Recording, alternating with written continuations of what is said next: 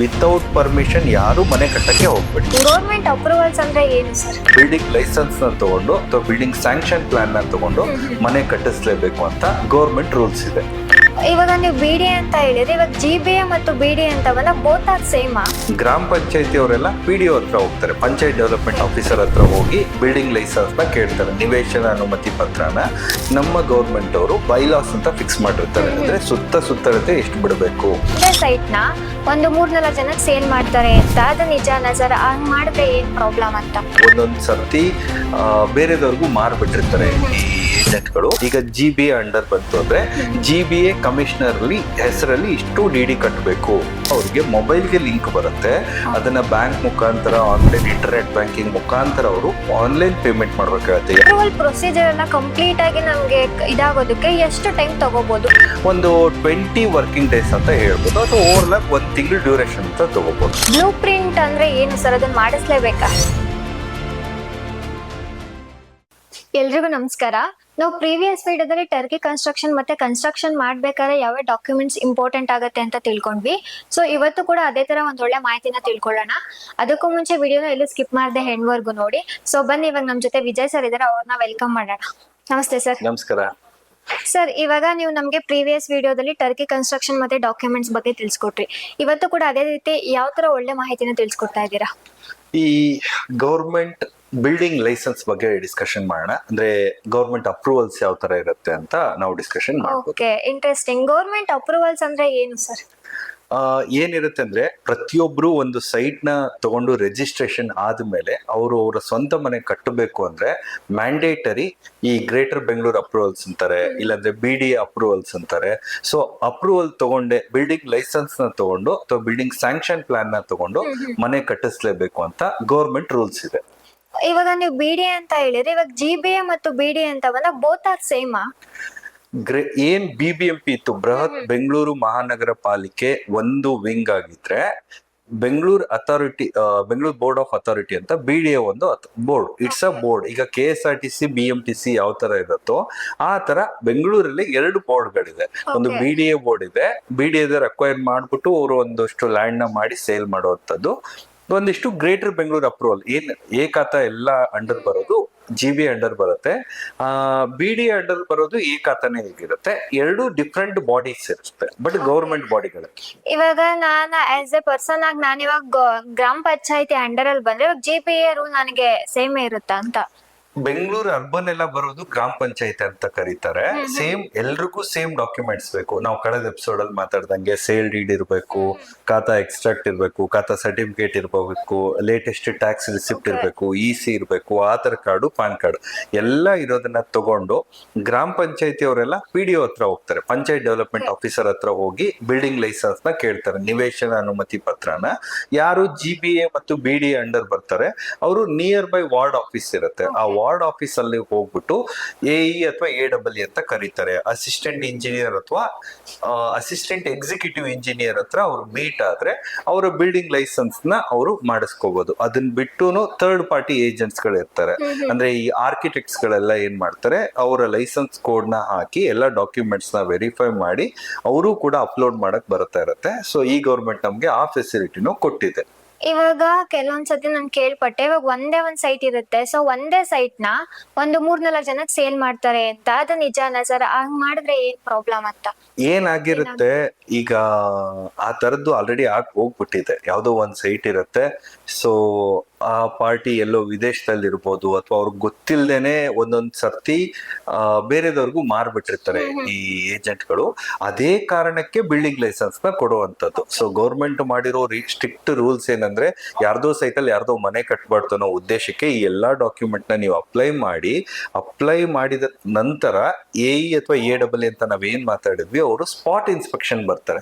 ಅವರು ಸೈಟ್ ನ ವಿಸಿಟ್ ಮಾಡಿ ಅದು 30-40 30-50 60-40 ವೆರಿಫೈ ಮಾಡೋದ್ರ ಜೊತೆಗೆ, ಡಾಕ್ಯುಮೆಂಟ್ ನ ವೆರಿಫೈ ಮಾಡೋದ್ರ ಜೊತೆಗೆ, ನಮ್ಮ ಗೌರ್ಮೆಂಟ್ ಅವರು ಬೈಲಾಸ್ ಅಂತ ಫಿಕ್ಸ್ ಮಾಡಿರ್ತಾರೆ. ಅಂದ್ರೆ ಸುತ್ತಳತೆ ಎಷ್ಟು ಬಿಡಬೇಕು, ಎಷ್ಟು ಫ್ಲೋರ್ ಅವ್ರಿಗೆ ಅಪ್ರೂವಲ್ ಸಿಗತ್ತೆ, ಆ ರೋಡ್ ವಿಡ್ತ್ ನೋಡ್ಕೊಂಡು ಅವರು ಸ್ಪಾಟ್ ಇನ್ಸ್ಪೆಕ್ಷನ್ ಮಾಡೋದೇ ಅವರಿಗೆ ಸಂಬಂಧಿಸಿದ ಸೈಟ್ ಹೌದೋ ಅಲ್ವೋ ಅಂತ ವೆರಿಫೈ ಮಾಡೋದಕ್ಕೇನೆ.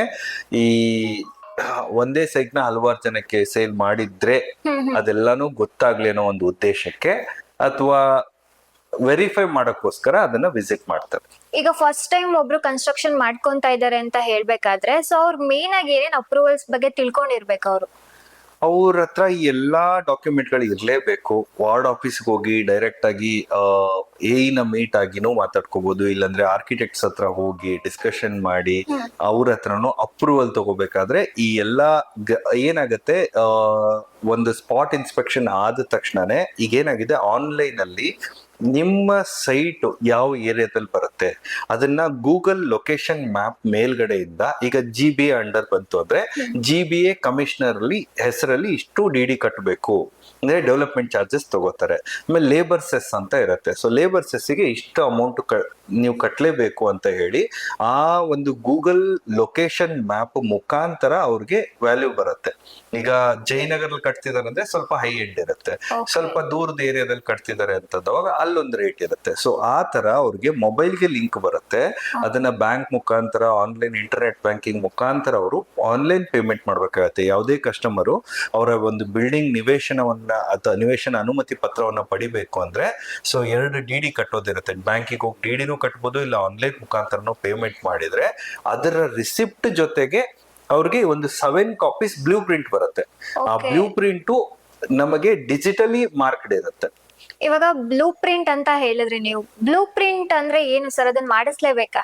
ನಾರ್ಮಲ್ ಆಗಿ ಒಂದು ಪ್ರಿಂಟ್ ತೆಗಿತಾರೆ, ಅದರ ಲೈಫ್ ಸ್ಪ್ಯಾನ್ ತುಂಬಾ ಕಡಿಮೆ, 15ರಿಂದ 20 ವರ್ಷಕ್ಕೆ ಹೋಗುತ್ತೆ ಅಂತಾರೆ. ಈ ಏನು ಬ್ಲೂ ಪ್ರಿಂಟ್ ಇರುತ್ತೆ ಮಿನಿಮಮ್ 90ರಿಂದ 99 ವರ್ಷದವರೆಗೂ ಆ ಪ್ರಿಂಟ್ ಅಳಕಲ್ಲ ಅಂತ ಹೇಳಿ ಆ ಬ್ಲೂ ಪ್ರಿಂಟ್ ನ ರೆಡಿ ಮಾಡ್ತಾರೆ. ಆ ಬ್ಲೂ ಪ್ರಿಂಟ್ ಯಾವ ತರ ಇರುತ್ತೆ, ಲೋನ್ ಹೋಗ್ತಾ ಇದ್ರೆ ಲೋನ್ ಅವ್ರಿಗೆ ಒಂದು ಕಾಪಿ ಕೊಡ್ಬೇಕು, ಬೆಸ್ಕಾಂ ಬೋರ್ಡ್ಗೆ ಒಂದು ಕಾಪಿ ಕೊಡ್ಬೇಕು, BWSSB ಕಾವೇರಿ ಕನೆಕ್ಷನ್ಗೆ ಒಂದು ಕೊಡ್ಬೇಕು.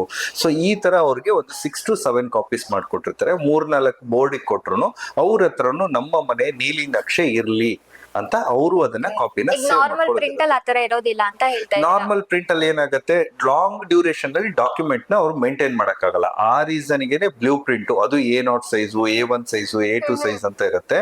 Plan, section, elevation, rain water harvesting fit ಮಾಡಿದ್ರೆ ಮಾತ್ರ ನಮ್ಗೆ ಇವತ್ತು, ಯಾಕಂದ್ರೆ ಭೂಮಿಯಿಂದ ಎಲ್ಲರೂ ನೀರ್ ತೆಗೆದಿರ್ತಾರೆ, ಭೂಮಿಗೆ ನೀರ್ ಕೊಟ್ಟಿರಲ್ಲ. ಸೊ ಈ ಎಲ್ಲಾ ಟರ್ಮ್ಸ್, ಅವರ ಹೆಸರು, ಸಂಪೂರ್ಣವಾದ ವಿಳಾಸ, ಸೇಲ್ ಡೀಡ್ ಅಲ್ಲಿರೋ ಅಡ್ರೆಸ್, ಆಮೇಲೆ ವಿಂಡೋಸ್ ಎಷ್ಟು ಬರ್ತಾ ಇದೆ, ಸೊ ಅದ್ರದ್ದು ಏನಿರುತ್ತೆ ಅದ್ರದ್ದೆಲ್ಲ ಸಂಪೂರ್ಣ ಮಾಹಿತಿನ ಹಾಕಿ ಬ್ಲೂ ಪ್ರಿಂಟ್ ನ ರೆಡಿ ಮಾಡಿರ್ತಾರೆ. ಆ ಬ್ಲೂ ಪ್ರಿಂಟ್ ನ ಖುದ್ದಾಗಿ ಅವ್ರ ಹತ್ರ ಇಟ್ಕೊಂಡು ಆಮೇಲೆನೆ ಅವರ ಮನೆ ಕಟ್ಟೋದು ತುಂಬಾ ಉತ್ತಮ. ಸುಮ್ನೆ ನಾವು ಬ್ಲೂ ಪ್ರಿಂಟ್ ತಗೊಳ್ದೆ ಅಪ್ರೂವಲ್ ತಗೊಳ್ಳಾದ್ರೆ ಮನೆ ಕಟ್ಟಕ್ ಹೋಗಿ ನಾಳೆ ಯಾರೋ ಬಂದು ಈ ಸೈಟ್ ನಮ್ದು ಅನ್ಬೋದು, ಅಣ್ಣ ತಮ್ಮ ಆಗಿರ್ಬೋದು, ಫ್ರೆಂಡ್ಸ್ ಆಗಿರ್ಬೋದು, ಯಾರು ಬರ್ತಾರೋ ಗೊತ್ತಿಲ್ಲ. ಸೊ ಅವರು ನಿವೇಶನ ಅನುಮತಿ ಪತ್ರ, ಬಿಲ್ಡಿಂಗ್ ಲೈಸೆನ್ಸ್ ತಗೊಂಡೆ ಮನೆ ಕಟ್ಬೇಕಾಗುತ್ತೆ. ಈಗ ಅಪ್ರೂವಲ್ ಪ್ರೊಸೀಜರ್ ಎಲ್ಲ ಕಂಪ್ಲೀಟ್ ಆಗಿ ನಮ್ಗೆ ಇದಾಗೋದಕ್ಕೆ ಎಷ್ಟು ಟೈಮ್ ತಗೋಬಹುದು?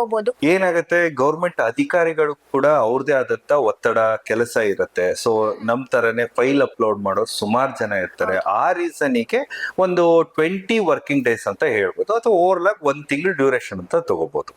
ಯಾಕಂದ್ರೆ ಎಲ್ಲ ಡಾಕ್ಯುಮೆಂಟ್ ಅಪ್ಲೋಡ್ ಮಾಡಿದ್ಮೇಲೆ ಅವ್ರಿಗೆ ಅವ್ರದೇ ಆದಂತ ನಂಬರ್ ಬರುತ್ತೆ. ಅದಾದ್ಮೇಲೆ ಎ ಅಥವಾ AEE ಸ್ಪಾಟ್ ಇನ್ಸ್ಪೆಕ್ಷನ್ ಮಾಡಿ ಸರ್ಟಿಫೈ ಮಾಡಿದ್ಮೇಲೆ ಪೇಮೆಂಟ್ ಲಿಂಕ್ ಕಳಿಸ್ತಾರೆ. ಆ ಪೇಮೆಂಟ್ ಮಾಡಿದ್ಮೇಲೆ ಅಗೇನ್ ಎಲ್ಲ ವೆರಿಫಿಕೇಶನ್ ಆಗಿ ಅವ್ರಿಗೆ ಫೈಲ್ ಬಂದ್ ಮುಟ್ಟೋ ಅಷ್ಟೊತ್ತಿಗೆ 1 ತಿಂಗಳು ತಗೊಳುತ್ತೆ, 1 ಮಂತ್ ಬೇಕು. ಹೌದು. ಓಕೆ, ಇವಾಗ BBMP ಅಪ್ರೂವಲ್ಸ್ ಅಂತ ಹೇಳ್ತಾರೆ, ಅದೆಷ್ಟು ಇಂಪಾರ್ಟೆಂಟ್ ಆಗತ್ತೆ ನಮ್ಗೆ? ವಿತೌಟ್ BBMP ಅಪ್ರೂವಲ್ ಮನೆನೇ ಕಟ್ಬಾರ್ದು. ಇಲ್ಲ ಅಂದ್ರೆ ನಾಳೆ ಬೆಸ್ಕಾಂ ಅವ್ರ ಕಡೆಯಿಂದ ಕರೆಂಟ್ ಕೊಡಕ್ಕಾಗಲ್ಲ, ಸಿವೇಜ್ ಕನೆಕ್ಷನ್ ಕೊಡಕ್ಕಾಗಲ್ಲ, ಆಮೇಲೆ ಕಾವೇರಿ ವಾಟರ್ ಕನೆಕ್ಷನ್ ತಗೊಳಕ್ಕಾಗಲ್ಲ. ವಿತೌಟ್ ಪರ್ಮಿಷನ್ ಯಾರು ಮನೆ ಕಟ್ಟಕ್ಕೆ ಹೋಗ್ಬೇಡಿ. ಇವಾಗ ಒಂದು 30-40 ಸೈಟ್ ಅಂತ ಇರುತ್ತೆ. ಸೊ 30-40 ಸೈಟಿಗೆ ನಮ್ಗೆ ಗೌರ್ಮೆಂಟ್ ಫೀಸ್ ಎಷ್ಟಾಗ್ಬೋದು? ನಾನು ಹೇಳಿದ್ನಲ್ಲ, ಇಂತಿಷ್ಟೇ ಅಂತ ಹೇಳಕ್ಕಾಗಲ್ಲ. ಈ SR ರೇಟ್ ಅಂತ ಫಿಕ್ಸ್ ಮಾಡಿರ್ತಾರೆ. ಅಂದ್ರೆ ಒಂದೊಂದು ಏರಿಯಾದಲ್ಲಿ ಒಂದೊಂದು ರೇಟ್ ಇರುತ್ತೆ. ಸೊ ಆ ರೀಸನ್ಗೆ ಅದು ಗೂಗಲ್ ಲೊಕೇಶನ್ ಪ್ರಕಾರ ತಗೊಳುತ್ತೆ. ಸುಮ್ನೆ ನಾವು 1 ಲಕ್ಷ 2 ಲಕ್ಷ ಅಂತ ನಾವು ಹೇಳಕ್ಕಾಗಲ್ಲ. ಸೈಟ್ ಮೇಲೂ ಡಿಪೆಂಡ್ ಆಗುತ್ತೆ, ಡಿಪೆಂಡ್ ಆಗುತ್ತೆ. ಪ್ಲಸ್ ಲೊಕೇಶನ್ ಮೇಲ್ಗಡೆ ತುಂಬಾ ಇಂಪಾರ್ಟೆಂಟ್ ಆಗುತ್ತೆ. ಈಗ ಎಕ್ಸಾಂಪಲ್ ಬೆಂಗಳೂರು ಜಯನಗರಲ್ಲಿ 30-40 ತಗೋಬೇಕಂದ್ರೆ ಕೋಟಿಗಟ್ಟಲೆ ಇನ್ವೆಸ್ಟ್ಮೆಂಟ್ ಮಾಡ್ಬೇಕು. ಅದೇ ಬೆಂಗಳೂರು ಗ್ರಾಮಾಂತರ ಹೋಗಿ ಚಿಗಣಿಲ್ ತಗೋತೀರಂದ್ರೆ 30-40 ಲಕ್ಷಕ್ಕೂ ಸೈಟ್ ಸಿಗ್ತಾ ಇರುತ್ತೆ. ಸೊ ಹಿಂಗಾಗಿ ಸೈಟಿನ ಒಂದು SR ವ್ಯಾಲ್ಯೂ ಅಂತ ಏನಿರುತ್ತೆ, ಶೆಡ್ಯೂಲ್ ರೇಟ್ ಮೇಲ್ಗಡೆ ಅವರ ಫೀಸ್ ಡಿಪೆಂಡೆಂಟ್ ಇರುತ್ತೆ. Okay, thank you so much sir. Thank you. ಇಷ್ಟೊತ್ತವರೆಗೂ ನಮ್ ಜೊತೆ ಕೂತು ನಮ್ ವೀಕ್ಷಕರಿಗೋಸ್ಕರ ನಮ್ಗೋಸ್ಕರ ಒಂದೊಳ್ಳೆ ಮಾಹಿತಿನ ಕೊಟ್ಟಿದ್ದಕ್ಕಾಗಿ ತುಂಬಾ ಥ್ಯಾಂಕ್ ಯು. ಅಂಡ್ ನೋಡಿದ್ರಲ್ಲ ವೀಕ್ಷಕರೇ, ಹೇಗಿತ್ತು ಇನ್ಫಾರ್ಮೇಶನ್ ಅಂತ. ಇದೇ ತರ ಮತ್ತಷ್ಟು ಮುಗದಷ್ಟು ಇನ್ಫಾರ್ಮೇಶನ್ ವಿಡಿಯೋಸ್ ನಮ್ಮ ಪೇಜ್ ಅಲ್ಲಿ ಬರ್ತಾನೆ ಇರುತ್ತೆ. ಸೊ ಅದಕ್ಕೋಸ್ಕರ ನೀವು ನಮ್ಮ ಪೇಜ್ ನ ಸಬ್ಸ್ಕ್ರೈಬ್ ಮಾಡ್ಕೊಳ್ಳಿ. ಅಂಡ್ ನಾವ್ ಯಾವುದೇ ರೀತಿ ಹೊಸ ವಿಡಿಯೋಸ್ ಹಾಕೋದು ಕೂಡ ನಿಮ್ಗೆ ನೋಟಿಫಿಕೇಶನ್ ಬರುತ್ತೆ ಅಂತ ಹೇಳ್ತಾ, ಇಲ್ಲಿವರೆಗೂ ನೀವು ಕೂಡ ನಮ್ಮ ವಿಡಿಯೋಸ್ ನ ನೋಡಿದ್ದಕ್ಕಾಗಿ ಥ್ಯಾಂಕ್ ಯು.